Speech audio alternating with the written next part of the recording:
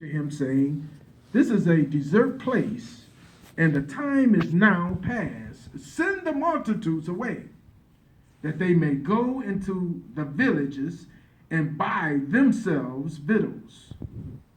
But Jesus said unto them, They need not depart. Give ye them to eat.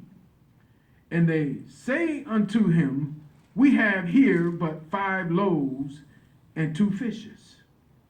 And he said, Bring them hither to me. And he commanded the multitude to sit down on the grass, and took the 5 loaves and the 2 fishes, and looking up to heaven, he blessed and brake, and gave the loaves to his disciples, and the disciples to the multitude. And they did all eat and were filled. And they took up the fragments that remained, 12 baskets full. And they that had eaten were about 5,000 men, beside women and children.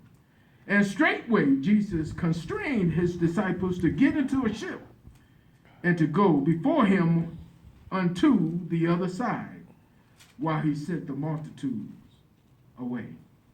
And when he had sent the multitudes away, he went up into the mountain apart to pray.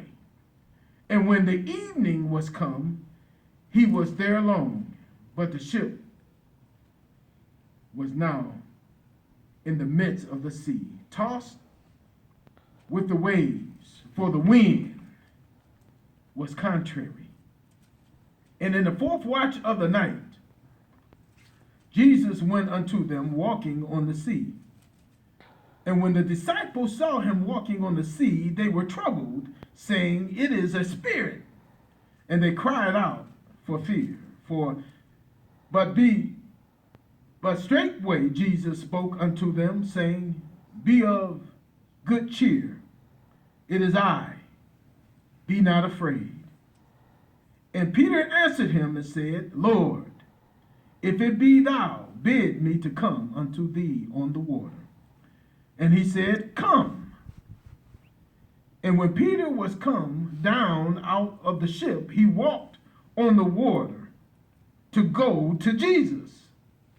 But when he saw the wind boisterous, he was afraid, and beginning to sink, he cried out, saying, Lord, save me. And immediately Jesus stretched out his hand and caught him, and said unto him, O thou of little faith, wherefore didst thou doubt? And when they were come into the ship, the wind ceased. Oh God, we just thank you for the reading of your precious word.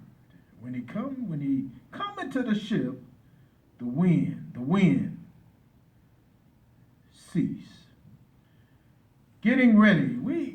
Sometimes we use worldly scenarios to demonstrate the meaning of the word. We have our own parables, like Jesus did many years ago. He always spoke in parables. But I can remember the time when softball, I used to enjoy playing softball. I enjoyed it enough, or I loved it enough, where I prepared myself before the season. I used to get out in the winter, in the fall time, I used to go play basketball just for conditioning. I used to lift little weights, but I couldn't wait till spring. This way I can continue to run, and I can get to the batting cage before anybody else get there. And see, I was getting in that batting cages, and I was demonstrating certain things, like being on the field, or what I would do in certain situations. And I was actually pretty good. I can say, far as humbly, I worked hard at it. And so I had gotten pretty good at what I was practicing. This was every year. I prepared myself for the season. So when the season came, I put myself in a position to be the best player that I can be on the field. And actually, I was invited to a lot of world tournaments and things like that. And one of the top hitters in the league